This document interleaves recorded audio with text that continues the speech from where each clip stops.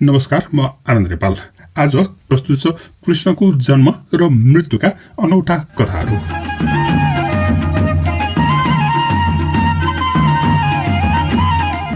कृष्णको जन्म अनौठो काल र परिस्थितिमा भएको थियो। वासुदेव र देवकीका दुई जीवित पुत्रहरूमा पौराणिक कथन अनुसार दुवै पुत्र भगवान विष्णुका अवतार भएको विश्वास गरिन्छ।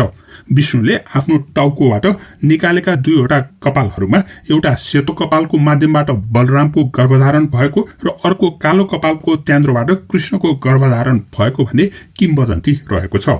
कालो कपालबाट बनेको हुनाले कृष्णको वर्ण कालो भएको र सेतो कपालबाट बनेका बलरामको वर्ण सेतो रहेको भन्ने किम्वदन्ती रहेको छ।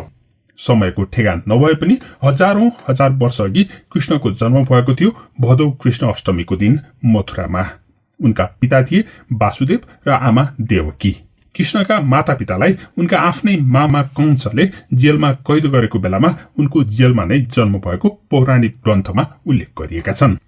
भएको के थियो भने राजा कंसले बहिनी देवकीलाई वासुदेवसँग विवाह गरिदिएका थिए। विवाह पश्चात नवदुल्हा दुलहीलाई बोकेको रथलाई कंस आफैले चलाएर वासुदेवको घरतिर लिएर जाँदै थिए। तर बाटोमा एक भयंकर आकाशवाणी भयो, तिमी जसलाई घर पुर्याउन जाँदैछौ उसकै 8औं सन्तानले तिम्रो नाश गर्नेछ भन्ने। यस्तो आकाशवाणीबाट त्रसित भएका कंसले बाटोबाट नै रथ फर्काएर देवकी र वासुदेव दुवैलाई जेलमा हालेर राखेका थिए। आकाशवाणीमा 8औं सन्तान भनिएको भए पनि कुन सन्तानलाई पहिलो भन्ने निर्क्योल गर्न नसकेको हुनाले कंसले बहिनीले जन्माएका सबै सन्तानलाई मार्दै गए। यसरी भगवान विष्णुको कृपाले गर्भधारण गरेकी देवकी उनको 8औं गर्भ आएको दिनदेखि नै अति नै चिन्तित थिइन्, किनकि उनका त्यसअघिका 6 जना सन्तानहरूलाई उनका आफ्नै दाइ कंसले अति नै निर्ममतापूर्वक हत्या गरिदिएका थिए। 7औं सन्तान बलरामलाई भने देवी योगमायाको कृपाले रोहिणीको गर्भमा स्थानान्तरण गरिएको हुनाले जीवित रहेको भन्ने किम्वदन्ती रहेको छ। अब 8औं सन्तानलाई त कंसले कुनै पनि हालतमा छोड्दैनन् भन्ने देवकीलाई पक्का थियो, किनकि उनको विवाहको दिन भएको आकाशवाणीले प्रष्ट रूपमा उनको 8औं सन्तानले नै कंसको वध गर्ने घोषणा गरेको थियो। त्यसैले एक मनमा देवकीलाई आशा पनि थियो, कतै कंसले यो 8औं सन्तानलाई त केही गर्न सक्दैन कि भन्ने। तर अर्कोतिर भने मनमा अति नै नकारात्मक र अति नै चिन्ता भरिएको डर थियो। तर जे भए पनि देवकी अर्को आफ्नो नाबालक पुत्रलाई पत्थरमाथि निर्दयी पाराले बजारेको अनि त्यस नाबालकको रगत छताछुल्लो भएको हेर्न सक्दिनन् भन्ने पक्का थियो। त्यो दृश्य सम्झँदा पनि देवकीलाई बेहोस हुन लागेको जस्तो अनुभव हुन्थ्यो। तर दैवको लीला ट्वाल्ल परेर हेर्न बाहेक उनी के पो गर्न सक्थिन् र। आफ्नै दाजुले कैद गरेर राखेकी देवकीको अवस्था नै त्यस्तै थियो। जति जति कृष्ण गर्भमा हुर्कदै जान्थे देवकीको मनको बेचैनी झन्झन बढ्दै जान्थ्यो। उनले वासुदेवसँग भनिन्, हे स्वामी, मेरा 6 सन्तानको रगत पिएको यो पत्थर यहाँबाट हटाउन लगाइदिनुहोस् न, म यसको स्वरूप पनि हेर्न सक्दिनँ। वासुदेव आफै लाचार भएर भने, हे देवकी, धैर्य गर, तिम्रो गर्भमा भएको 8औं पुत्रले कंसको अवश्य पनि संहार गरिदिनेछ।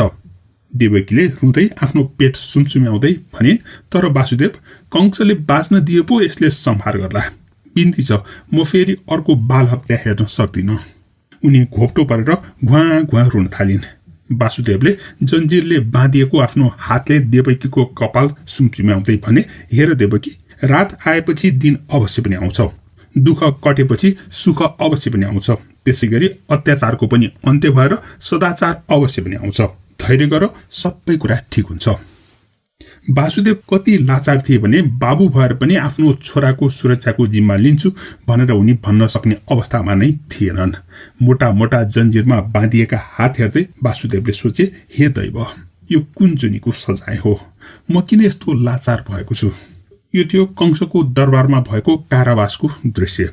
त्यस्तै कृष्णको गर्भधारण भए लगत्तै उता वैकुण्ठमा देवी योगमाया र भगवान विष्णु अब कृष्णको जीवनको रक्षा कसरी गर्ने भन्ने बारेमा छलफल गरिरहेका थिए।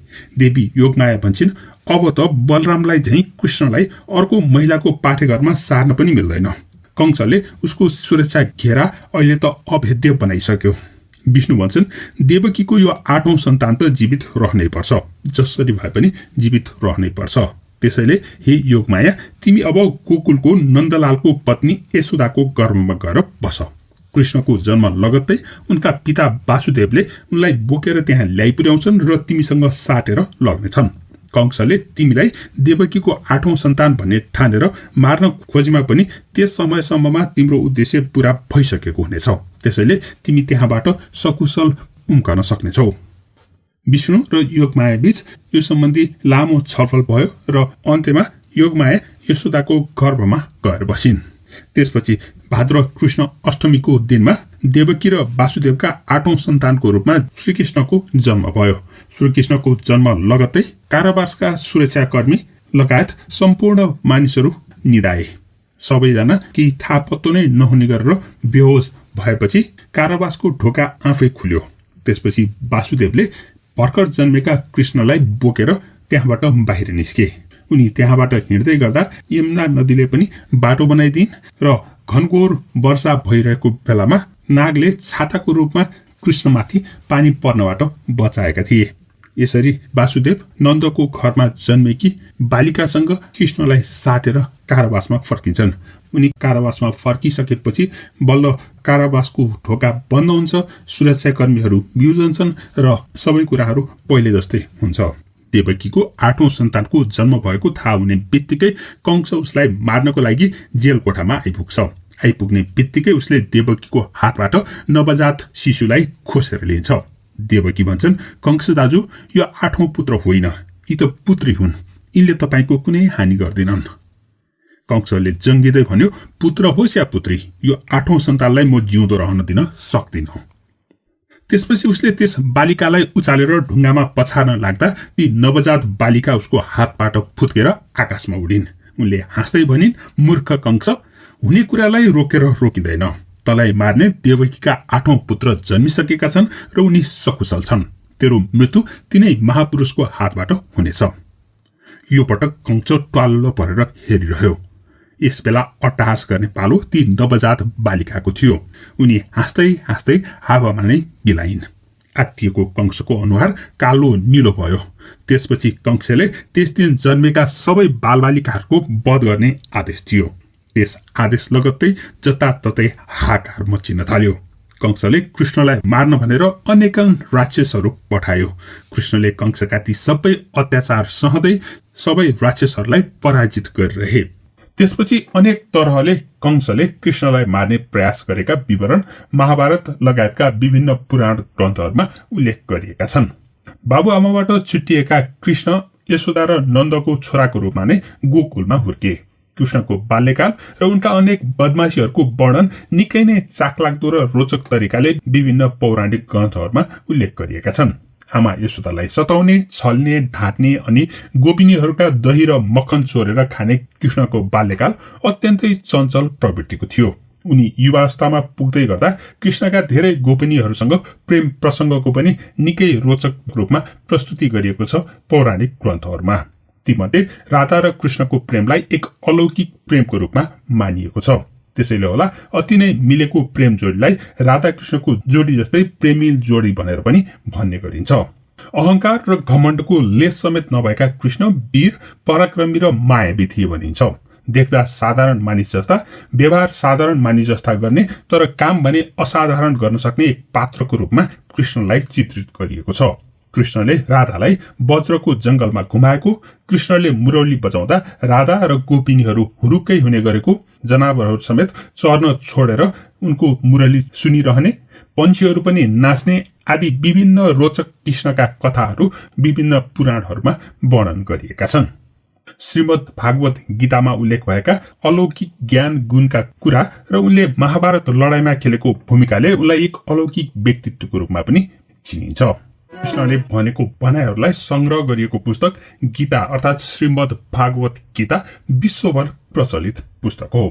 सोही पुस्तकमा कृष्णले आफ्नो परिचय दिँदै भनेका छन्, यदा यदा हि धर्मस्य ग्लानिर्भवति भारत अभ्युत्थानम् अधर्मस्य तदात्मानं सृजाम्यहम् परित्राणाय साधूनां विनाशाय च दुष्कृतां धर्म संस्थापनार्थाय संभवामि युगे युगे। यसको मतलब हुन्छ जब जब संसारमा धर्म नाश हुँदै जान्छ र अधर्म बढ्दै जान्छ तब तब धर्मको रक्षाको लागि म स्वयं यो धरतीमा नयाँ अवतार लिएर आउनेछु।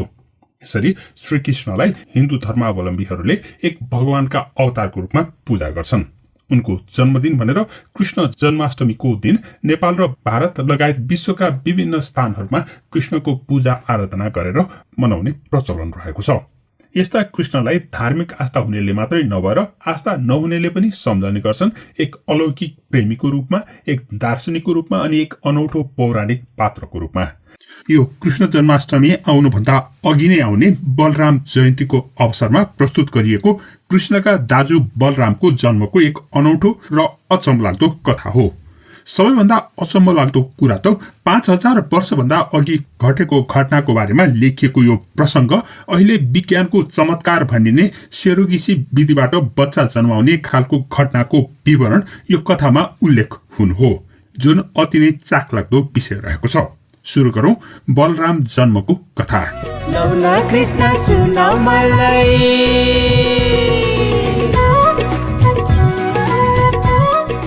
बलराम देवकी र वासुदेवका 7औं सन्तान थिए। त्यसपछिका 8औं सन्तान श्री कृष्णको जन्मभन्दा अगाडि नै बलराम जन्मेका थिए। उनको गर्भधारण मथुराको राजदरबारमा रहेको कारावासमा भएको थियो भने जन्म भने कारावास बाहिर भएको थियो, उनको आफ्नै सौतनी आमाको कोखबाट।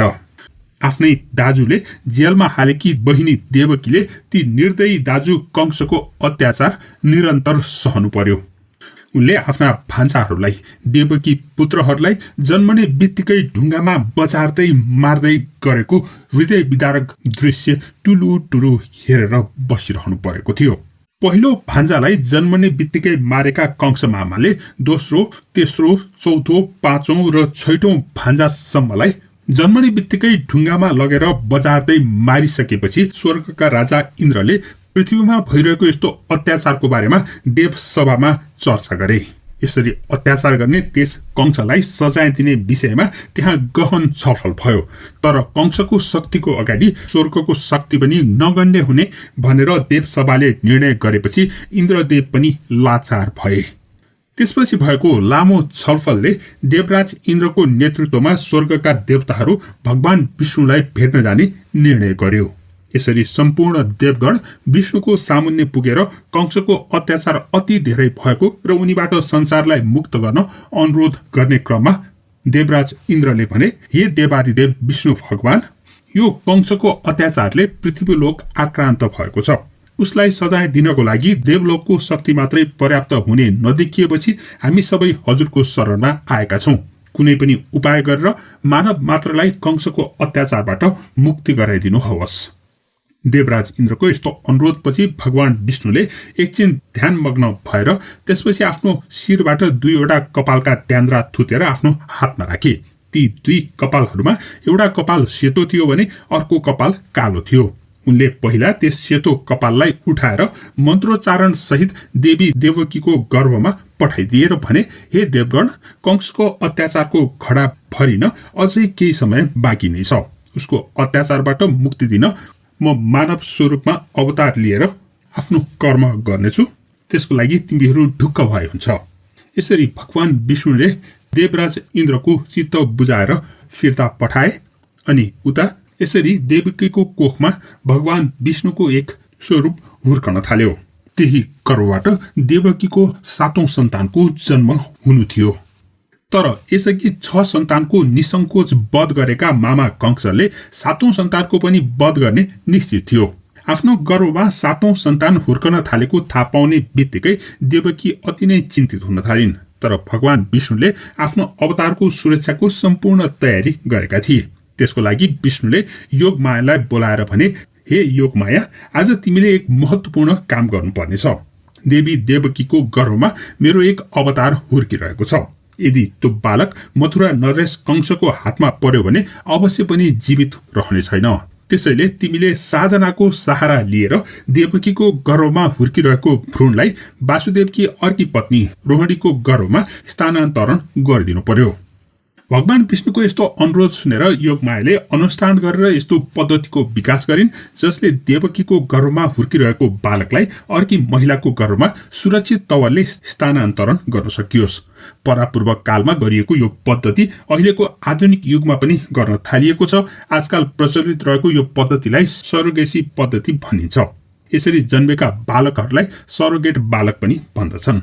आजकालका सरोगेट बालक परापूर्व कालमा चाहिँ बलराम थिए। बलराम देवकीको अण्डबाट बनेको भए पनि रोहिणीको गर्भाशयमा हुर्केर जन्मेका थिए। सरोगेट पद्धतिको विकास र परीक्षण गरेर सकेपछि योगमायाले वासुदेव पत्नी रोहिणीको घरमा उपस्थित भएर भनिन्, हे रोहिणी, तिमीलाई यो युगले एउटा ठूलो जिम्मेवारी दिएको छ। के तिमी यो जिम्मेवारी पूरा गर्न सक्छौ त? यो कस्तो जिम्मेवारी हो देवी योगमाया भनेर रोहिणीले प्रश्न गरिन्। योगमायाले भनिन्, तिमीले गर्भवती हुनुपर्नेछ। योगमायाको कुरा सुनेर रोहिणीले भनिन्, हे योगमाया, यो तपाईले के भन्नुभएको हो? जिउँदै नर्क पठाउने यस्तो कुकर्म गर्न मलाई नहराउनुहोला।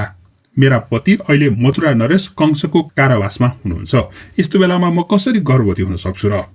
देवी योगमायाले भनिन्, रोहिणी, त्यसको लागि तिमीले कुनै पनि चिन्ता गर्नु पर्दैन, किनकि जेलमा गएर वासुदेवसँग भेट्ने प्रबन्ध म मिलाउनेछु।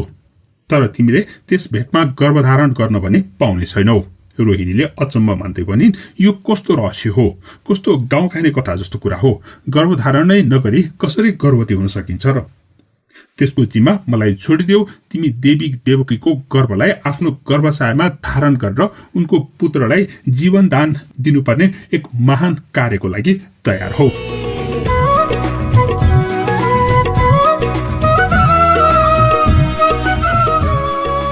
तर रोहिणीले, हे योगमाया, यो कस्तो अनौठो र अप्राकृतिक कुरा गर्नुभयो भनेर प्रश्न गरिन्। योगमायाले सम्झाउँदै भनिन्, यो अनौठो त अवश्य हो, तर अप्राकृतिक कुरा होइन। बालकले पूर्ण कालमा माताको कोखमा बिताएर जन्म लिने हुनाले यो पूर्णत प्राकृतिक प्रक्रिया हो। त्यसपछि योगमायाले विभिन्न साधना गरेर रोहिणीलाई पूर्ण रूपले भ्रूण धारणा गर्न सक्ने अवस्थामा पुर्याइन्।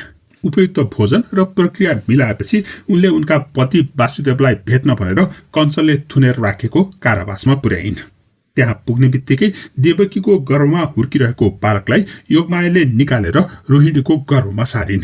यो प्रक्रिया समाप्तिसँगै रोहिणी केही पनि नभएको जस्तो गरेर त्यहाँबाट आफ्नो घर फर्किन्। त्यस पश्चात कारावासभित्र गर्भवती भएकी भनेर थाहा भइसकेकी देवकीको 7औं पुत्र जन्मनु अघि नै उइयो भनेर भनियो। कंस र उनका थुन्ने अधिकारीहरूले त्यो कुरा पत्याए, किनकि योगमायाले सेरोगेसी विधिबाट अर्को गर्भमा सार्न सक्लिन् भन्ने कुरा उनीहरूको कल्पनाभन्दा पनि बाहिरको कुरा थियो। उता वासुदेव निवासमा रोहिणीको गर्भमा रहेका बालक बलराम सकुशल हुर्किए। उनको जन्मने समय भएपछि उनी नियमित प्रक्रियाले जन्मिए, जसलाई रोहिणीले आफ्नो पुत्रको रूपमा पालन पोषण गरिन्। यसरी देवकीको 7औं पुत्र बलरामलाई उनका मामा कंसले मार्न पाएनन्। तिनै बलरामको जन्मदिनको अवसरलाई बलराम जयन्तीको रूपमा मनाउने प्रचलन रहेको छ। बलराम जन्मिएपछि गर्ग ऋषिले उनको नाम राम भनेर राखेका थिए। तिनै राम पछि अति नै बलशाली भएको हुनाले उनको नामको अगाडि बलशाली राम भनेर पुकार्न थालियो। त्यसैले उनको नाम नै बलराम रहन गयो। बलरामको साथसाथै उनलाई बलभद्र पनि भन्ने प्रचलन रहेको छ। त्यस्तै बलरामलाई देवकीको गर्भबाट जबरजस्ती रोहिणीको गर्भमा सारिएको हुनाले उनलाई संकर्षण भनेर पनि बोलाइन्छ। संकर्षण भन्नाले जबरजस्ती घिसारेको व्यक्ति भनेर बुझिन्छ। देवकीको गर्भबाट झिकेर रोहिणीको गर्भमा सार्ने योगमाया त्यसपछि गोकुलका नन्दको घरमा यशोदाको गर्भमा गएर बसिन्। त्यही बेला देवकीले कृष्णलाई गर्भधारण गरेकी थिइन्। यसरी एकै दिनमा जन्मने योगमाया र कृष्णलाई वासुदेवले रातारात साटेर योगमायालाई राजदरबारको कारागारमा पुर्याएका थिए। कंसले योगमायालाई देवकीको 8औं सन्तान भन्ने ठानेर ढुङ्गामा पछारेर मार्न खोज्दा योगमाया उनको हातबाट फुत्केर गायब भएकी थिइन्। तिनै योगमायाले देवकीको 8औं पुत्र जन्मिसकेको जानकारी पनि दिएकी थिइन्।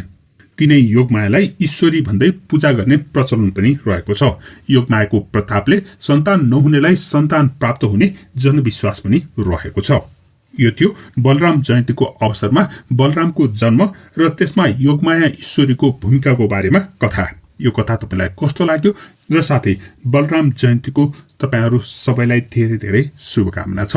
त्यस्तै पौराणिक मान्यता अनुसार भगवान विष्णुले त्रेता युगमा रामको अवतार लिँदा जसरी बालीलाई लुकेर मारेका थिए त्यसैगरी उनलाई पनि अरू कसैले हानेको बाण लागेर उनको प्राण गएको थियो। यस्तो छ भगवान कृष्णको मृत्युको कथा। महाभारत युद्धमा श्रीकृष्णको ठूलो भूमिका थियो। सो युद्धको समाप्तिसँगै जब युधिष्ठिरको राज्य तिलक हुँदै थियो त्यस बेलामा युद्धमा मारिएका कौरवहरूकी माता गान्धारी त्यहाँ उपस्थित भएर यो संहारको सबै दोष श्रीकृष्णलाई लगाएकी थिइन्।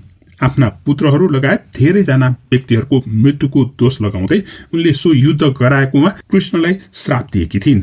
उनको श्राप थियो जसरी दाजुभाइ बीच मतभेद र द्वन्द्व बढाएर कृष्णले सम्पूर्ण कौरवहरूको नाश गरे त्यसैगरी कृष्णको यदुवंशका दाजुभाइहरू पनि एक आपसमा नै लडेर मृत्यु होस् त्यसरी नै यदुवंशको पनि नाश होस् भनेर उनले श्राप दिएकी थिइन्। महाभारत युद्ध सकिएपछि श्रीकृष्ण द्वारिका फर्के। त्यहाँ राजसभामा महाभारतको युद्धलाई नै लिएर विभिन्न विषयहरूमा विवाद उठे र मतभेदहरू भए। त्यस्तै मतभेदकै क्रममा सात्यकी र कृतवर्मा बीच निकै ठूलो विवाद उत्पन्न भयो। यसै विवादको बीचमा सात्यकीले आफ्नो रिसमा काबु गर्न सकेन र कृतवर्माको शिर काटिदिए। यसरी सुरु भएको थियो यदुवंशीहरूको बीच एक आपसमा झगडा।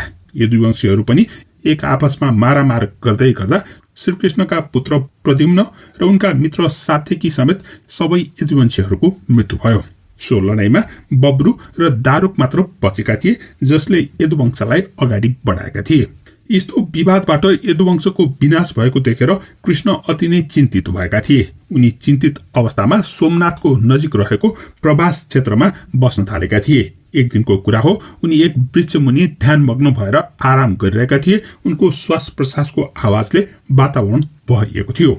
त्यही बेला एक शिकारी अलि परबाट हिँडिरहेको थियो। त्यस शिकारीले एक हरिणको आवाज आएको ठानेर आवाज आएकोतिर बाण प्रहार गर्यो। त्यो आवाज हरिणको नभएर श्रीकृष्णको श्वास प्रश्वासको आवाज थियो। त्यस शिकारीले प्रहार गरेको बाण श्रीकृष्णको खुट्टामा लागेको थियो। तर विषमा चोपिएको बाण लाग्ने बित्तिकै सो विष तुरुन्तै कृष्णको शरीरभरि फैलिएको हुनाले उनको प्राण हरण गर्यो। यसरी श्रीकृष्णले प्राण त्याग गरेका थिए।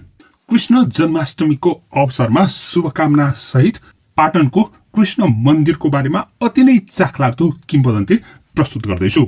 सुरुमा कृष्ण मन्दिरको बारेमा छोटो जानकारी र यो कृष्ण मन्दिर कसरी बनाइएको थियो भन्ने बारेको ऐतिहासिक जानकारी, त्यसपछि अति नै चाखलाग्दो जामन गुबाजु र काठमाडौँ अनि पाटनका राजाहरू बीचको किम्वदन्ती प्रस्तुत गर्नेछु। सबैभन्दा पहिला कृष्ण मन्दिरको बारेमा। पाटनको दरबार स्क्वायरमा एउटा ढुङ्गाले बनेको अति नै सुन्दर र कलात्मक मन्दिर छ कृष्ण मन्दिर। कृष्ण जन्माष्टमीमा ठूलो मेला लाग्ने यो मन्दिर कसरी बन्यो भन्ने बारेमा निकै नै रमाइलो किम्वदन्ती रहेछ।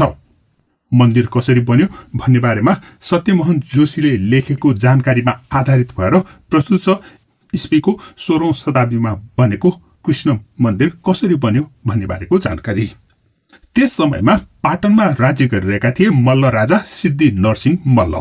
सिद्धि नरसिंह मल्ल निकै धर्मात्मा राजा थिए भनेर भनिन्छ।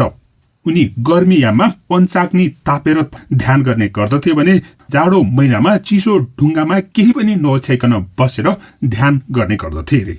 यस्ता धर्मात्मा मल्ल राजा सिद्धि नरसिंह मल्ल कृष्णको ठूलो भक्त पनि थिए। त्यसैले उनले कृष्ण लीलाको अध्ययन र श्रवण पनि गर्ने गर्दथे। एक दिनको कुरा हो, राजा सिद्धि नरसिंह मल्लले रातमा एउटा अति नै अनौठो सपना देखे। सपनामा भगवान श्रीकृष्ण पाटन राजदरबारको आँगनमा उभिएका थिए। भगवान श्रीकृष्ण आफ्नै घरको आँगनमा आएर राजदरबारतर्फ फर्केर राजदरबारलाई निकै ध्यानपूर्वक निहालिरहेको देखेपछि महाराजा निकै नै खुसी भए। खुसीले विह्वल भएका महाराजा श्रीकृष्णको नजिक पुगेर उनको प्रणाम गरे अनि भने, हे कृष्ण, तपाईले मेरो घरमा आएर ठूलो कल्याण गरिदिनु भयो। भन्नुस् म हजुरको के सेवा गरू। महाराजलाई देखेर भगवान श्रीकृष्ण मुस्कुराई मात्र रहे, चलमल केही पनि गरेनन्, केही बोल्दा पनि बोलेनन्।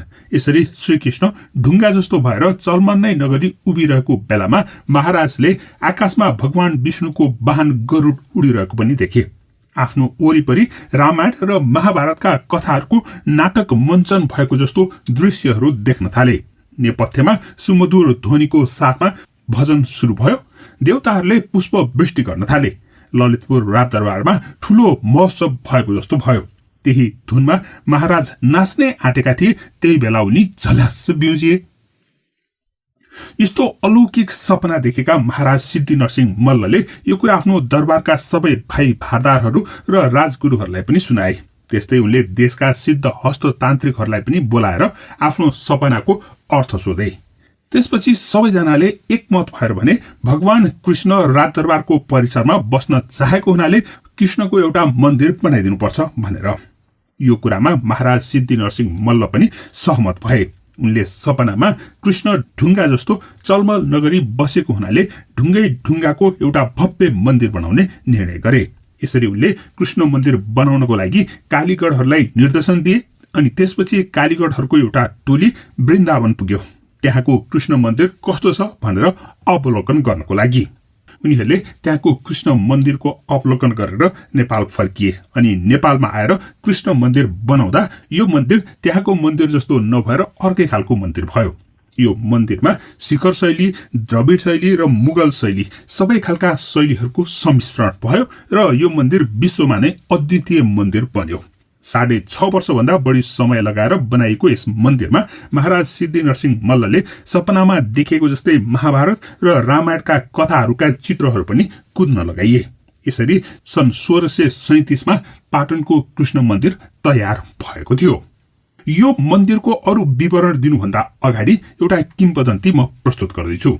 साइक्लिस्ट निरज नाम गरेको एक सामाजिक सञ्जाल फेसबुक पेज मार्फत शेयर भएको यो किम्वदन्ती हनुमान ढोकामा भएको भूत सिकाको बारेमा लेखिएको हो। उनले त्यसमा कृष्ण मन्दिरको बारेमा पनि अति नै चाखलाग्दो किम्वदन्ती लेखेको हुनाले सो भनाइ म जस्ताको तस्तै प्रस्तुत गर्दैछु। विक्रम सम्वत 2077 साल कार्तिक 13 गते उनले शेयर गरेको किम्वदन्ती यस्तो छ। भूत सिका बारेको कथा किम्वदन्ती। एक प्रचलित किम्वदन्ती अनुसार पाटनका राजा सिद्धि नरसिंह मल्लले कृष्ण मन्दिर निर्माण सम्पन्न भएपछि भव्य कोटी होमको आयोजना गरे। तर मधुर सम्बन्ध नरहेकोले उनले काठमाडौँका राजा प्रताप मल्ललाई निमन्त्रणा दिएनन्। शेष साई नारायणको मूर्ति भएको भण्डारखाल बगैँचाको पोखरीको उत्तर डिलमा बसेका राजा प्रताप मल्ल र जामन गुवाजु यसै कोटी होम बारे विचार विमर्श गर्दै थिए। यतिकैमा उडिरहेको पुतलीलाई अचानक रुखबाट स्वाट्ट ओर्लेर धोबी चराले एकै गाँस पारेर उडेको दृश्य ती दुवैले देखे। राजा सिद्धि नरसिंह मल्लले गरेको कोठी होम विध्वंस पार्न त्यति सजिलो छैन। त्यो उडिरहेको पुतलीलाई धोबी चरीले टिपे जस्तो होइन।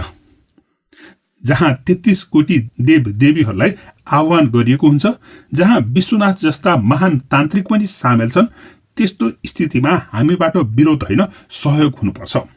जामन गुबाजुले राजा प्रताप मल्ललाई आफ्नो विचार सुनाउँछन्। हेर गुबाजु, त्यस होमलाई सखाप पार्नै पर्छ। त्यसपछि त्योभन्दा विशाल कोठी होम कान्तिपुरमा हुन्छ भन्दै प्रताप मल्ल कड्किए। म त कुनै हालतमा पनि त्यो कोठी होम बिगार्न त्यहाँ जान्न। स्वयं सरकार सवारी हुन्छ भने मलाई केही भन्नु छैन। यति भन्दै जामन गुबाजुले हात जोडेर निहुरिए। म आफै अजिङ्गरको रूप लिएर जान्छु, तपाईँ जान पर्दैन। फेरि कृष्ण मन्दिर कस्तो बनेको छ त्यो पनि त हेर्नु पर्यो। पछि त्यस्तै कृष्ण मन्दिर कान्तिपुरमा पनि बनाउनु पर्ला। तपाईँ चाहिँ मसँग बागमती पुलसम्म गएर तान्त्रिक मन्त्रको प्रयोग गरिदिए पुग्छ। यति भन्दै प्रताप मल्ल जुरुक्क उठे र जामन गुबाजुलाई पनि आफूसँग हिँड्ने इसारा गरे। त्यसपछि प्रताप मल्ल र जामन गुबाजु बागमती पारी पुगे। अनि त्यसपछि उनले अक्षता झिकेर फुकफाक गरेर प्रताप मल्लमाथि अक्षता छर्किदिए। अक्षता छर्किने बित्तिकै तुरुन्तै राजा प्रताप मल्ल एक भयंकर अजिङ्गरको रूपमा देखा परे। त्यो अजिङ्गर सलबलाउँदै जिब्रो निकाल्दै स्वास्वा र फाँफा गर्दै पाटनको कृष्ण मन्दिर र त्यहाँको माहौल निहाल्न भनेर गए। अजिङ्गर भएर प्रताप मल्ल गएपछि जसलाई जेसुकै होस् भन्दै जामन गुबाजु बागमती पारीबाट लुसुक्क निस्किएर आफ्नो घरतिर हिँडे। कोटीहोम भइरहेको ठाउँमा 81 एक भयानक अजिङ्गर देखेपछि यज्ञशाला अगाडि यज्ञ गरेर बसिरहेका सिद्धि नरसिंह र अन्य सबै व्यक्तिहरू डराएर यज्ञशाला छोडेर भाग्न लाग्दा पख उठ्नु पर्दैन भन्दै आफ्नो धोती स्याहार्दै तान्त्रिक विश्वनाथले थालीबाट एक मुठी अक्षता निकालेर त्यस अजिङ्गरतर्फ गई आफ्नो मन्त्र प्रयोग गरी त्यसको ढाडमा अक्षता छर्किदिए। हेर्दा हेर्दै त्यो भयानक अजिङ्गर एउटा सानो गड्यौलामा पो परिणत भयो। गड्यौलालाई उनले आफ्नै हातले टपक्कै टिपेर आफू बस्ने आसन मुनतिर घुसारी त्यसमाथि बसेर विश्वनाथले आफ्नो होम यथावत सञ्चालन गर्न थाले। यसै क्रममा राजा सिद्धि नरसिंह मल्लले सोधे, अब के गर्ने गुरुज्यू? महान तान्त्रिक विश्वनाथले भने, अब यो गड्यौलालाई यज्ञको अन्तिम दिनमा यही यज्ञमा आहुति दिनुपर्छ। यसरी ललितपुरमा कोटी होम चलिने रहेको थियो। उता काठमाडौँ दरबारमा भने राजा प्रताप मल्ल तान्त्रिक प्रयोगमा लाग्दा कहिलेकाहीँ 1-2 दिन दरबारमा देखा पर्दैनथे, जुन कुरा सामान्य नै मानिन्थ्यो। तर यसपालि भने 4-5 दिनसम्म पनि राजा हराएपछि एकातिर राजदरबारमा रानीहरूको रुवावासी चल्न थाल्यो भने सहरतर्फ राजा प्रताप मल्ल भूत प्रेतसँगको युद्धमा समाप्त त भएनन् भनेर हल्ला खल्ला पनि चल्न थाल्यो। यत्र तत्र राजा प्रताप मल्लको खोजी हुन थाल्यो। उनी कतै पनि देखा परेनन्। अनि प्रख्यात तान्त्रिक गुरु जामन गुभाजुले पनि आफ्नो मन थाम्न सकेनन्। पूजा कोठामा बसेर उनले ध्यान दृष्टि लगाएर हेर्दा बल्ल उनले देखे प्रताप मल्ल त गड्यौला बनेर विश्वनाथको आसनमुनि चेप्टिएर माटो चपाउँदै पो रहेछन्। अब भएन, अनर्थै हुन लाग्यो भनेर सोचेर पूजाको सम्पूर्ण व्यवस्था मिलाएर जामन गुबाजु जुरुक्क उठी पूजा कोठाकै छ्यालबाट भूत प्रेतलाई आह्वान गरे अनि ठुलो स्वरमा बोलाउन थाले, ए मैजु, ए भाजु। हजुर गुरुबा भन्दै आवाज मुनि आँगनबाट आयो। तिमी तुरुन्तै यहाँ आऊ भनेपछि लामो दौरा र सुरुवाल लगाएकी केवल 10 वर्ष उमेरकी मैजु र भाजु जामन गुबाजुका पूजा कोठाभित्र आइपुगिन्। तिमीहरू र म ललितपुर जानु पर्यो, अहिले नै हिँड भन्दै मैजु र भाजुलाई साथै लिई आफूले जहाँबाट राजा प्रताप मल्ललाई अजिङ्गर रूप धारण गरी पठाएका थिए त्यही नै पुगे। कोठीहोम अगाडि नै उभिएर भिक्षा माग्नु, यसो गर्नु, कुनै वस्तु पनि स्वीकार नगर्नु, नाइ नाइ मात्र भन्नु, गड्यौला दिएपछि मात्र दौराको फेरामा थापी नखसालिकन यहाँ लिएर आउनु है।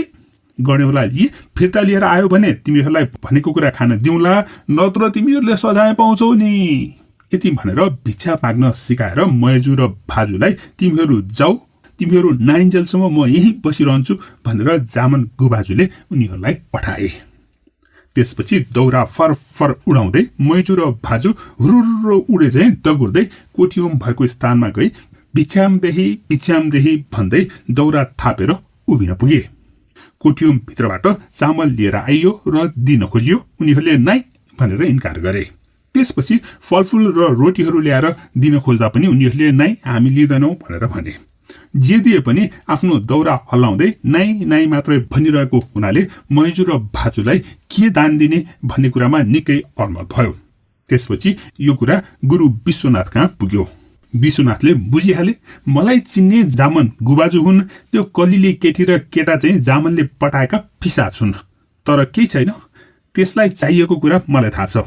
यति भन्दै विश्वनाथ उठेर आसन मुनि थिचेको गड्यौला हातले टिपे र त्यस केटीको नजिक पुगेर भने, लौ थाप। अनि मैजुको दौराको फेरमा गड्यौला खसालिदिए। अब आइन्दा यहाँ भइरहेको कोठीहोम विध्वंस पार्ने प्रयास गरेमा बाँच्ने छैन। यति भनेर विश्वनाथ त्यहाँबाट फर्के। आफ्नो दौराभित्र जतन साथ गड्यौला राखी त्यहाँबाट रमाउँदै आएर गुरु अगाडि आइपुगेर ल ल्याए भनी दौरा खोली मैजुले देखाइन्। बिस्तारै भुइँमा राख भनी जामन गुभाजुले भनेपछि बिस्तारै निहुनिँदै मैजुले बागमतीको बालुवामा गड्यौला राखिन्। जामन गुबाजुले चारैतिर हेर्दै आफ्नो पोल्टाबाट केही अक्षता झिकी फुकफाक गर्दै छर्किदिएपछि गड्यौला पुनः राजा प्रताप मल्लको रूपमा देखा परे। कुदिन लागेपछि यस्तै बुद्धिमानको पनि बुद्धि बिग्रिन्छ। जामन गुबाजुको वचनले राजा प्रताप मल्लको मुटुमा चस्स घोच्यो। त्यसपछि प्रताप मल्लले गुरु ब्रह्मा, गुरु विष्णु, गुरु देवो महेश्वर भन्दै जामन गुबाजुलाई श्रद्धापूर्वक हात जोड्दै पछि लागे।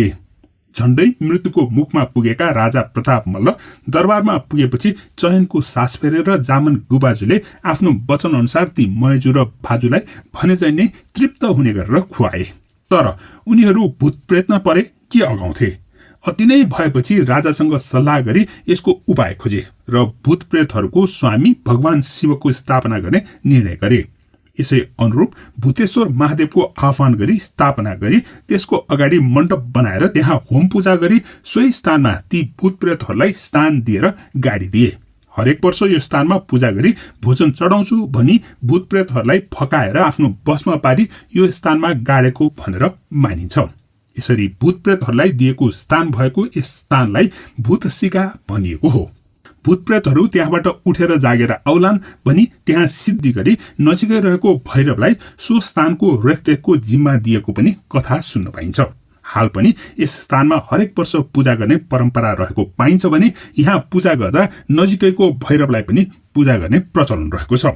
आफ्नो घर परिवारमा धेरै कलह भई शान्ति नभएमा भूतप्रेत तथा पिशाचहरूले धेरै सताएमा वा नराम्रो शक्ति वा कुविद्याहरूले दुःख दियो भने यहाँ पूजा गरेमा सबै राम्रो हुने जनविश्वास अहिलेसम्म पनि रहेको पाइएको छ।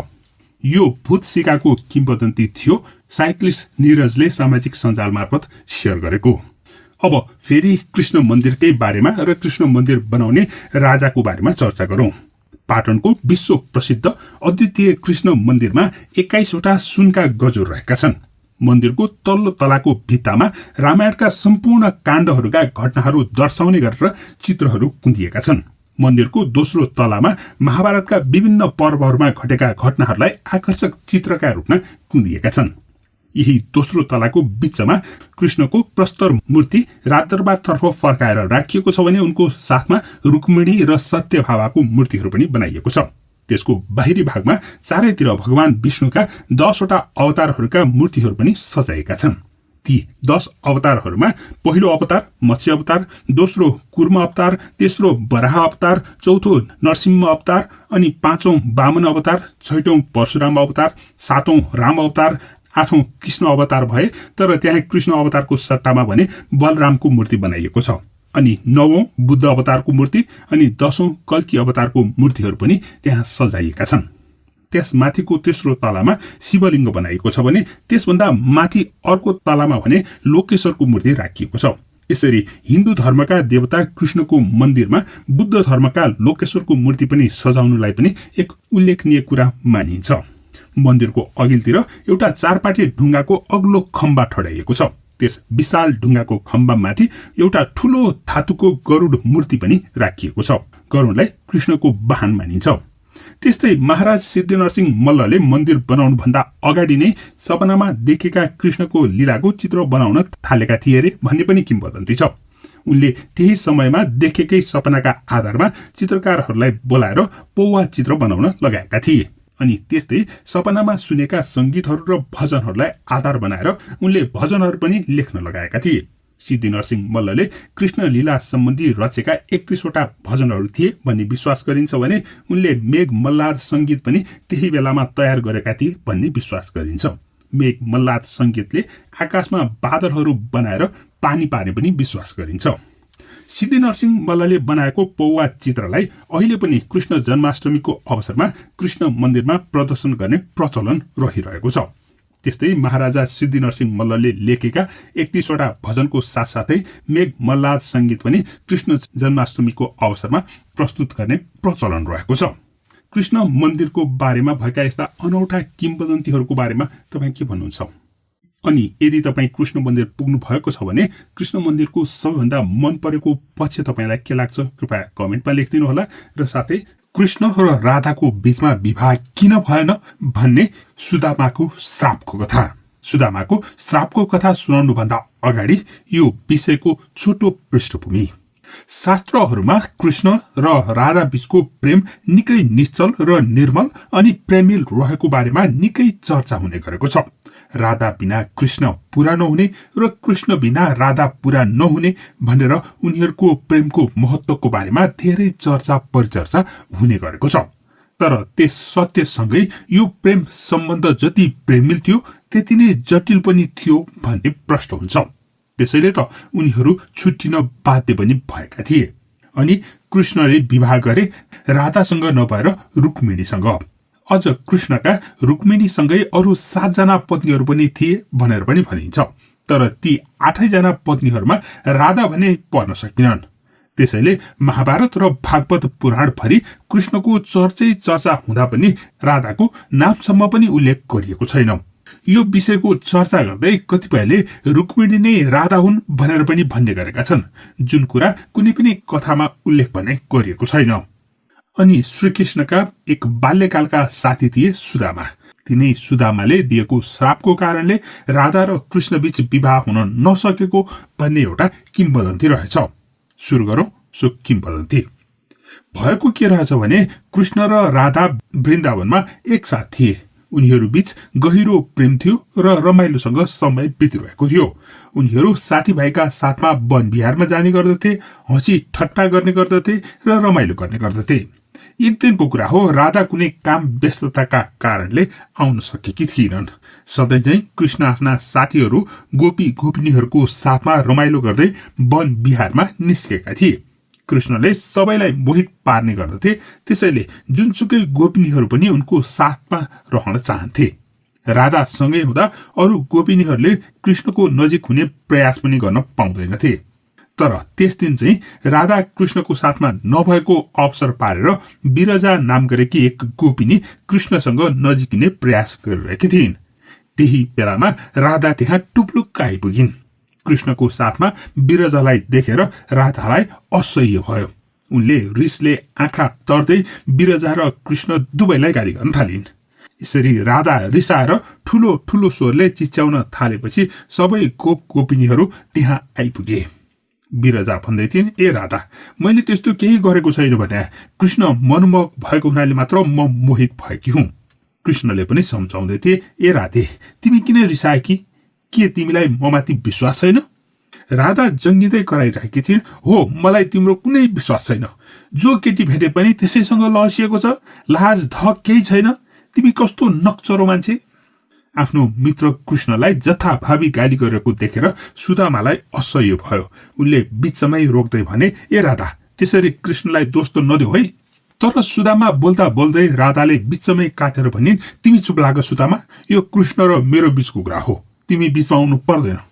सुदामा पनि के कम, कृष्ण मेरो पनि साथी हुन् भन्दै उनले जङ्गिन थाले।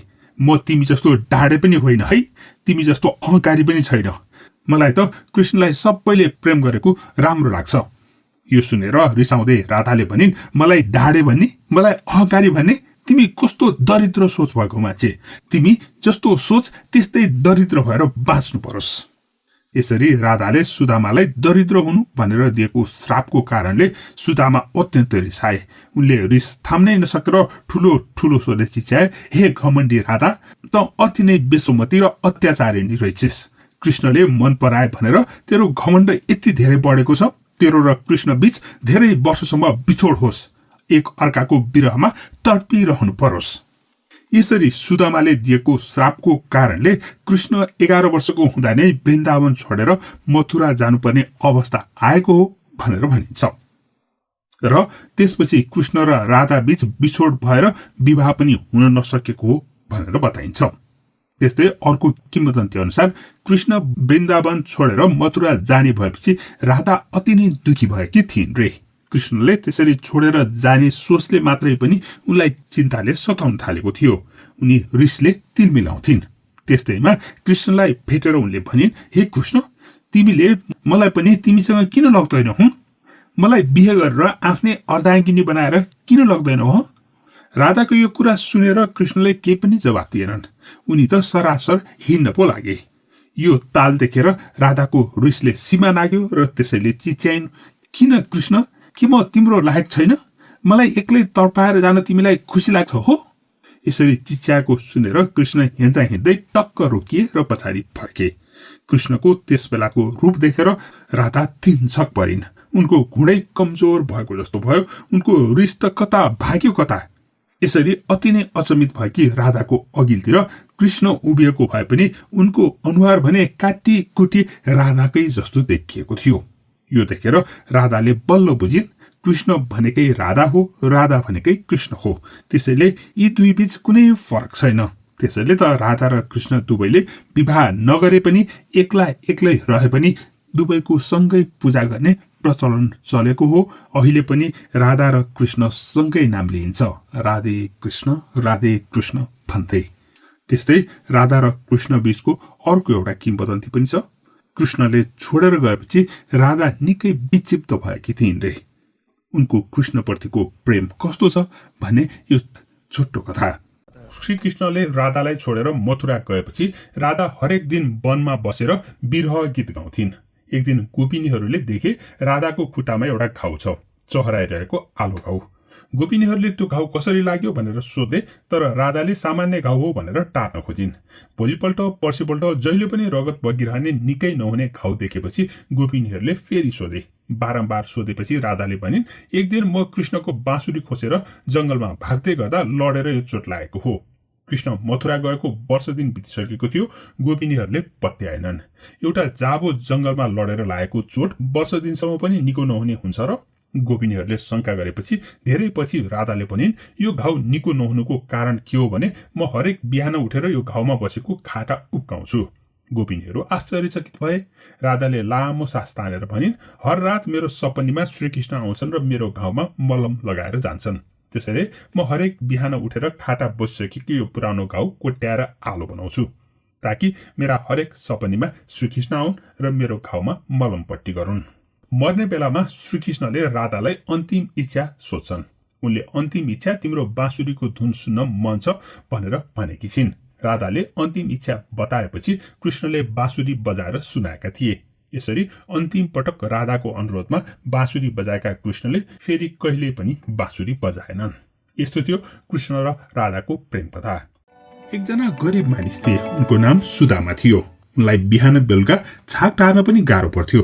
लगाउने राम्रो लुगा पनि थिएन। जति काम गरे पनि उनलाई खाना लगाउन दुखै थियो। एक दिन सुदामाको श्रीमतीले भनिन्, भगवान कृष्ण तपाईका बालककालका साथी हुन् क्यारे। उनी ठूलो दरबारमा बस्छन्, उनका थुप्रै नोकर चाकरहरू छन्, उनलाई सबै कुराले पुगेको छ। तपाई उनी कहाँ जानुहोस् र मद्दत माग्नुहोस्, उनले तपाईलाई पक्कै मद्दत गर्नेछन्। सुदामाले भने, हो, उनी मेरा बालककालका साथी हुन्। भेट नभएको पनि धेरै वर्ष भयो। त्यसैमाथि उनी ठूला मानिस भए, म यति गरिब छु, उनले मलाई चिन्न पनि गाह्रो पर्ला। सुदामाकी श्रीमतीले उनको कुरा पत्याएनन्। उनले सुदामालाई कृष्ण कहाँ जान कर गरिन्। सुदामालाई कृष्ण कहाँ त्यसै जान मन लागेन, केही लिएर जान मन लाग्यो। तर कृष्ण कहाँ लैजाने त्यस्तो कुनै कुरा घरमा थिएन। उनी के लैजाउँ भनेर विचार गर्दै थिए। उनकी श्रीमतीले चामलको अलिकति कनिका खोजेर ल्याइन्। त्यो कनिका एउटा झुत्रो टालामा बाँधिदिइन्। सुदामा कृष्णको दरबारमा पुगे। उनका लुगा झुत्रा थिए। उनी एउटा माग्ने जस्तै देखिन्थे। उनले अन्कनाउँदै दरबारका मानिसहरूलाई भने, म कृष्णको साथी हुँ, कृष्ण कहाँ खबर पुर्याइदिनुहोस्। कृष्णले सुदामा आएको खबर पाए। उनी हत्तपत्त सुदामा भएको ठाउँमा आइपुगे। आफ्नो पुरानो साथीलाई देखेर ज्यादै खुसी भए। उनलाई अंगालो हालेर बैठक कोठामा लगे। आफू बस्ने आसनमा उनलाई बसाले। मिठा मिठा खानेकुरा खुवाए। कृष्णले सुदामालाई ठूलो मान गरे। सुदामा खुसी भए। उनले कृष्णलाई आफूले ल्याएको कुरा दिएका थिएनन्। उनलाई चामलको कनिका देखाउन लाज लाग्यो। उनले त्यो कनिका लुकाइ राखे। कृष्ण त भगवान थिए, उनलाई थाहा नपाउने कुरा केही थिएन। उनले सुदामाको त्यो चाल थाहा पाइहाले। कृष्णले भने, प्यारा साथी सुदामा, तपाईले ल्याएको कुसेली मलाई दिनुहोस्, मलाई असाध्यै भोक लागेको छ। सुदामाले कनिका नदी सुक्खै पाएनन्। उनले अप्ठ्यारो मानी मानी कनिकाको पोको कृष्णका हातमा राखिदिए। कृष्णले त्यो पोको खोले। पोकाको कनिका खुसी साथ मिठो मानी मानी खाए। यो देखेर सुदामालाई अचम्म लाग्यो। भेटघाट सकिएपछि बिदा हुने बेला आयो। कृष्णले सुदामालाई घरसम्म पुर्याए।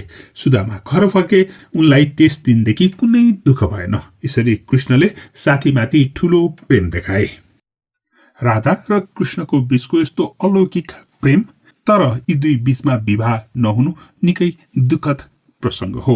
यसमा सुदामाको श्रापकै हात होला त? तपाईलाई के लाग्छ? अनि सुदामाको श्रापको यो कथा तपाईलाई कस्तो लाग्यो? कृपया कमेन्ट गर्नुहोला। राधा र गोपदेवीको कथा। यो कथा कृष्ण धारावासीले लेखेको उपन्यास राधाको एक भाग हो। प्रस्तुत छ। राधाले गोपदेवीलाई भेट्दाको प्रसंगबाट सुरु हुन्छ। हतार हतार नित्य कर्म सिध्याई बैठक कोठामा पुग्दा तिनी कोठै उज्यालो बनाएर बसिरहेकी थिइन्। तिनलाई देख्न साथ मनका सबै पीरहरू बादल फाटे चाहिँ भएर हराए। आफैदेखि पनि अचम्म लाग्यो। यो एक दिन अघि मात्र परिचय भएकी मित्रको ममाथि यति गहिरो कस्तो प्रभाव होला। उनको छेउमा गएर बसे, उनका हातका औंलाहरू खेलाउँदै भने, हे सखी, मैले रातभरि तिमीलाई सम्झिरहेँ, खै के भयो भयो। तिमी गएदेखि नै मलाई एउटा वियोगी भावनाले सताइरह्यो। रातभरि राम्रोसँग सुत्न सकिन, बिहानकेर झपक्क निन्द्रा परेछ। तिमी आयौ भनी सरलाले उठाइहाली। अब त तिमी आइहाल्यौ, मलाई ज्यादै खुसी लागेको छ। गुमेको मूल्यवान वस्तु पाए चाहिँ मेरो मन प्रसन्न भएको छ प्यारी। म एकहोरो बोलिरहेछु। मेरो कुरा चुपचाप सुनिरहेकी गोपदेवी मौन थिइन्। मेरो कुराले कता कता तिनलाई पनि गम्भीर बनाए जस्तो लाग्यो। उनको अनुहारमा हिजो जस्तो चञ्चलता नभएर बरु धैर्य र गम्भीरता बढेको देखेँ। मैले यिनलाई के अशोभनीय अप्रिय वचन पो भने कि जस्तो मनमा डर पनि लाग्यो। त्यसैले पुनः सोधे, हे गोपदेवी, तिमीलाई मेरो वचन अप्रिय पो लाग्यो कि? किन तिमी मौन र गम्भीर भयो? तिम्रो यो गम्भीरता तिमीलाई सुहाउँदैन। हिजो देखिएकी तिमी र आजको तिमीमा धेरै फरक छ। तिमीमा हिजो यहाँबाट घर पुग्न विलम्ब भई मातापिता आदिले कतै गाली त गरेनन् कि? गोपदेवी उही पुरानो गम्भीरतालाई कायम राख्दै बोलिन्, वर्षागानुको भिर बन्जाङको बाटो हुँदै म अस्ति बिहान दही बेच्न भनी जाँदै थिएँ। मलाई के हतार थियो भने सधैँ मेरा लागि छुट्याइएको यो दही बेच्ने काम चाँडै सिद्ध्याई मावल जाउँ भन्ने थियो।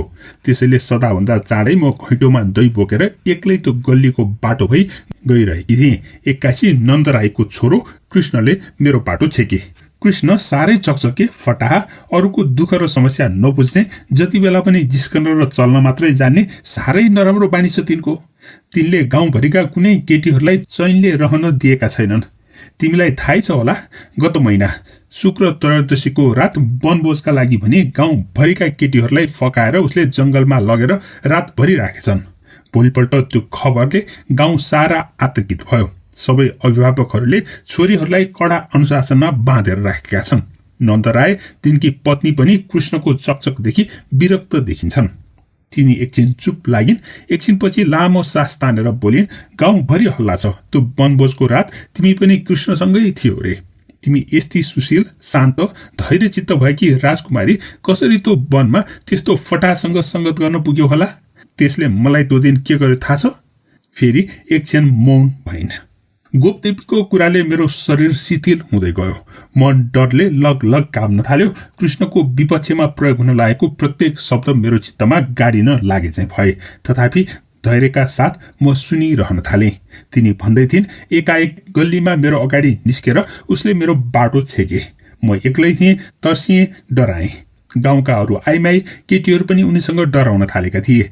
म हिँड्दा हिँड्दै ठिङ्ग उभिएर अलमल्ल परेँ। अब के गर्नु पर्ला भन्ने सोच्नै नभई तिनले मेरो दाहिने हात च्याप्प समाते। देब्रे हातले दहीको भाँडो थामेकी थिएँ टाउकोमाथि। डरले लगलग काम्न थाल्यो शरीर। मैले भने, हे कृष्ण, यो एकान्तमा एका बिहानै तिमीले किन मेरो बाटो छेक्यौ? मलाई हतार छ। चाँडै यो दही पुर्याएर मैले फर्कनु छ। मेरो बाटो छोड। तिनले भने, हे रूपसी, हे मनमोहिनी, हे सुन्दरी, तिमी कति पत्नीयोग्य छौ। म त कर उठाउने मान्छे हुँ। तिमीले मलाई कर नतिरी यो दही लैजान सक्दिनौ। मैले भने, अहिले मसँग तिमीलाई तिर्न सक्ने रकम छैन, फर्किआएर तिर्नेछु। मेरो बाटो छोड। तर तिनले झन् बाटो छेक्दै भने, करको रूपमा मलाई दही नै दिए हुन्छ। मलाई रिस उठ्यो। मैले उनलाई एकातिर धकेल्दै हिँड्न खोज्दै भने, पर जाऊ, तिमी मेरो बाटो नछेक, नत्र अहिले म कराएर गुहार माग्छु। मैले त्यति भन्नासाथ एकाएक तिनले मेरो शिरबाट दहीको हड्डी खोसेर भुइँमा फ्याँकिदिए। हड्डी चोइटा चोइटा भयो। चोइटामा रहेको थोरै दही खाई तिनले मलाई पाखुरामा समातेर तान्दै झाडीतिर लिएर गए। जातको ग्वाला, कालो डिङ्गर, हेरि नसक्ने कुरूप कुबुद्धि त्यस दुष्टले मलाई साह्रै अबर पार्यो सकी। मैले गुहारसम्म भन्न पाइनँ। घरमा रुँदै गएँ। आमालाई सबै वृत्तान्त सुनाए, तर तिनले मेरो कुरामा विश्वासै गरेनन्। भनिन्, त कुरा पार्छेस्। गाउँका तिमी सबै केटीहरूको चाला मैले बुझेकी छु। गर्ने बेलामा मन परि गर्यो, अहिले बहाना पार्यो। मैले सुनेकी थिएँ तिमी कृष्णसँग गहिरो प्रेम गर्छौ। कृष्णलाई नै पाउन अनेक यत्न गर्छौ। त्यही यत्नका कारण हिजो आज आफ्नै दरबारभित्र नजर बन्दछौ। म तिमीसँग भेटौँ र आफ्नो मनको पीर पोखौँ, त्यो दुष्टको बानी व्यवहार बारे पनि जानकारी गराउँ भनी हिजो आएथे। हिजो केही भन्न नभएकोले आज बिहानै आएकी हुँ। सकी, तिमी मेरो कुरामा विश्वास गर। त्यो मान्छे दुष्ट छ, त्यसबाट बच। त्यसले हामी नारीको अस्तित्वमाथि खेलवाड गर्छ, हामीलाई मनोरञ्जनको वस्तु मात्र बनाउँछ। तिनी चुप भइन्। तिनका कुरा सुन्दा मेरो शरीर पसिना पसिना भयो, मुख सुक्यो, मन थरथर काम्न लाग्यो। निकै बेरसम्म म बोल्नै सकिन। म बोल्न नसकेको देखि तिनले भनिन्, हे सखी, तिमीलाई मेरो कुराले चित्त दुख्यो होला, मलाई क्षमा गर। मलाई तिम्रो कुराले चित्त दुखेको छैन सकी, बरु मेरो वियोगको कारण कृष्णमा विक्षिप्तता पो आउन लागेको छ कि भन्ने पीर पर्न गएको छ। मलाई लाग्छ तिनले तिमी भनी बाटो सेकेका होइनन्, बरु तिमीमा उनले मेरो रूप देखे हुनन् र मलाई सम्झे तिमीमाथि दुर्व्यवहार गर्न पुगेछन्। तिनका तर्फबाट म तिमीसँग माफी माग्छु। हे सुन्दरी, हे रूपसी, कृपा गरी तिमी मेरो निम्ति मात्रै भएर पनि कृष्णलाई क्षमा गरिदेऊ। तिमीलाई थाहा छैन सकी, म कृष्णलाई कति प्रेम गर्छु र तिनी कति गुणवान, बुद्धिमान र सुन्दर छन्। त्यो पनि तिमी बुझ्दिनौ। तिनलाई तिमीले बाह्य आँखाले मात्रै देखेकी छौ। बाहिरी आँखालाई ती काला, लुता, चकचके ग्वाला लाग्छन्, तर भित्री आँखा उग्रेपछि बाह्य रूपको कुनै अर्थ हुँदैन प्रेममा। तिमीले मलाई सतर्क गरायो, म ज्यादै खुसी छु। म कृष्णलाई सम्झाउँछु, एकपल्टलाई माफ गरिदेऊ सकी। मैले तिनलाई हात जोडेर माफी मागी। मेरो त अवस्था देखेर तिन त हाँस्न पो लागिन्। म एक क्षण अलमल्ल परे। तिनको हाँसोसँगै हाँस्ने हो कि के गर्ने भन्नेमा परे। निकै बेरपछि तिनले मलाई अङ्गालो हाल्दै भनिन्, राधे, तिमी साह्रै सोझी र प्रिय छौ। तिमीले मलाई अहिलेसम्म चिन्न सकिनौ, हकि? एकाएक तिनले आफ्नो स्त्री वस्त्रहरू खोल्न थालिन्। त्यसभित्र पुरुष वस्त्रधारी एक युवक कृष्ण पो खडा थिए मेरो अघि। म लाजले पानी पानी भएँ। आँखा त्यसै भरिएर आए। रिस, खुसी, ग्लानी, मिलन सबै एकैचोटि भएको थियो। मैले झ्याप्प आँखा चिम्लिएर तिनलाई अँगालो हालेँ। कति बेरसम्म म तिनको काखमा निधाएछु। बिउजदा कृष्ण मेरो कपाल सुमसुमाइरहेका थिए। उनले भने, प्रिय, तिम्रो वियोगमा म कसरी रहन सक्छु? यत्रो लामो समयसम्म तिमी यहाँ थुनिएर रहँदा उहाँ मलाई कस्तो भयो होला, सोचिनौ? अधैर्य भएपछि तिमीलाई भेट्नकै लागि पनि मैले यो रूप धारण गर्न कट लाग्यो।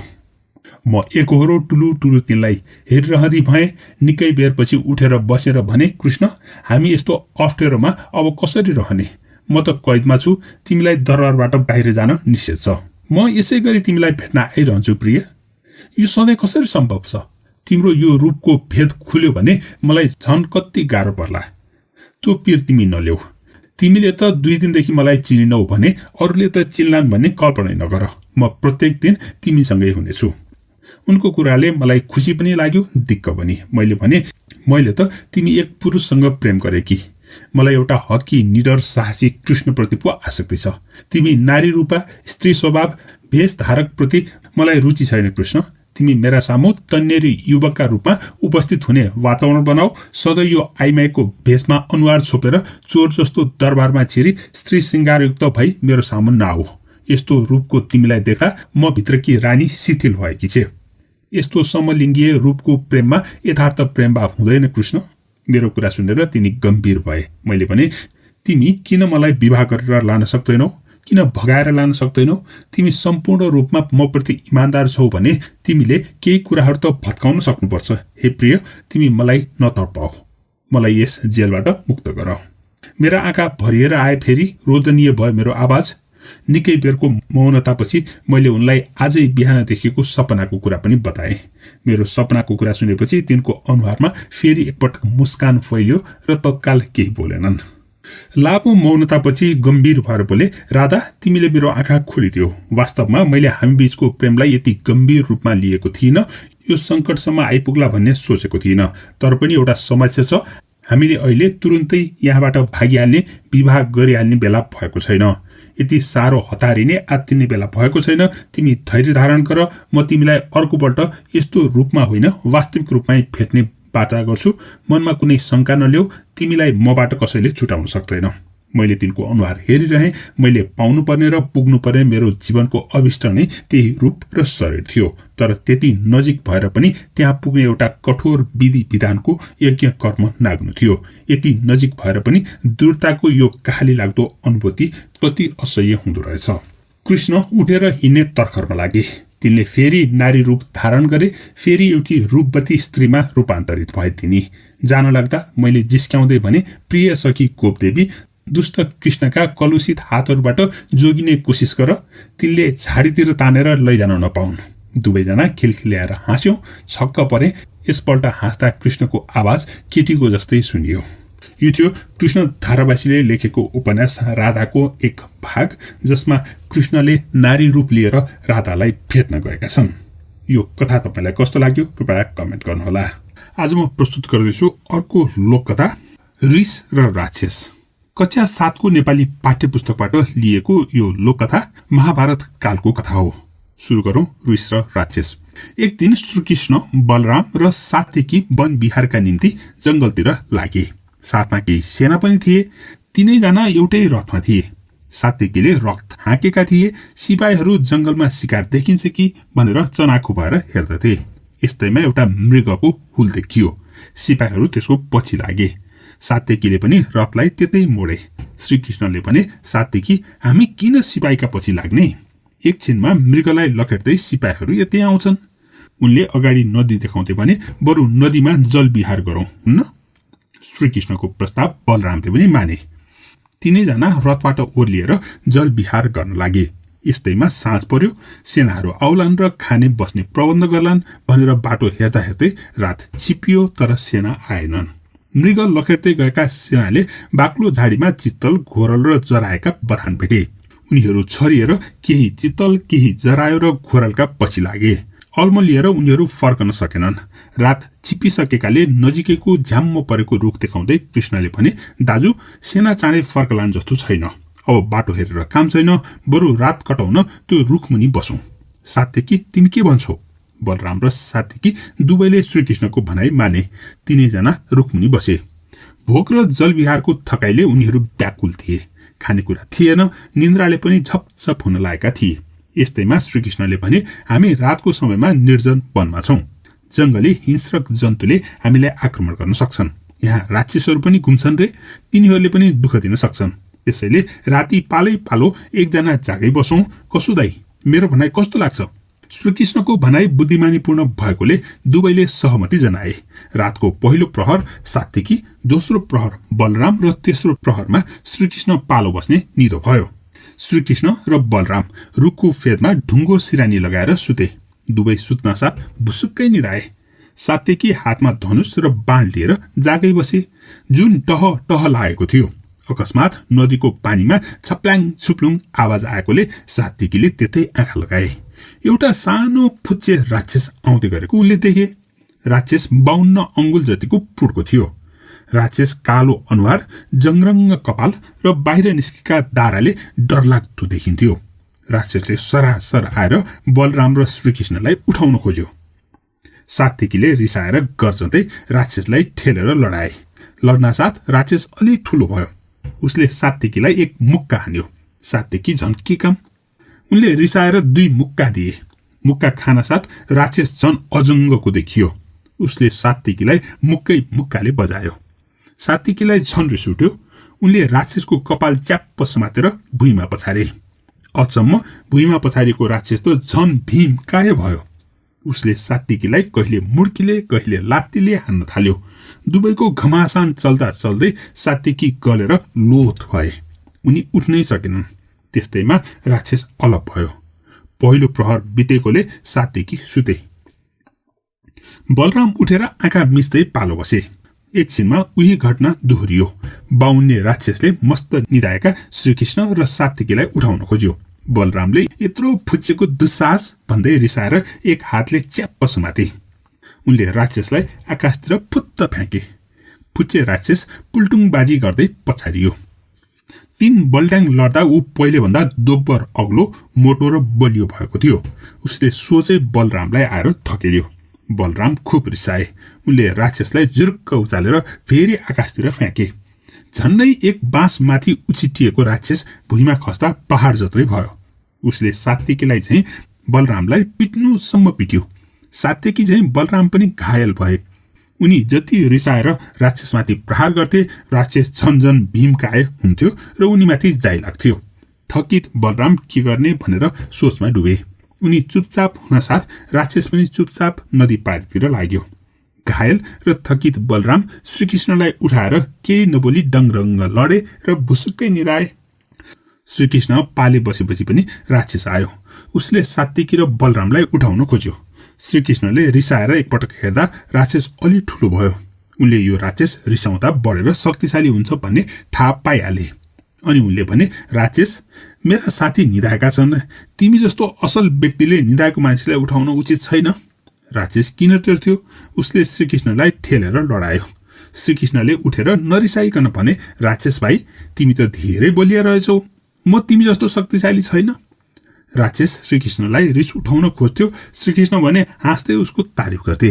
तारिफ गर्न थालेपछि राक्षसको आकार घट्दै गयो, तर पनि ऊ आक्रमण गर्न खोज्थ्यो। श्रीकृष्ण भने उसले गरेको काम र उसको खुब प्रशंसा गर्थे।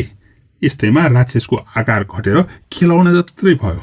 श्रीकृष्णले त्यसलाई च्याप्प समातेर हत्केलामा राख्दै भने, राक्षस भाइ, म तिमीलाई साथी बनाएर आफैसँग राख्छु ल। राक्षस बोलेन। श्रीकृष्णले त्यसलाई धोतीको छेउमा बाँधेर राखे। पूर्वी आकाश अलि उज्यालो देखियो। बिहान भएकोले चरा चिरबिराउन लागे। सात्यकी र बलराम उठे। दुवैका शरीरभरि घाउ नै घाउ थिए। श्रीकृष्णले भने, होइन दाई, के भयो? किन शरीरभरि घाउ? उनले सात्यकीलाई पनि त्यसरी नै सोधे। दुवैले राति पुच्छे राक्षस आएर भीमकाय भई आक्रमण गरेको कुरा सुनाए।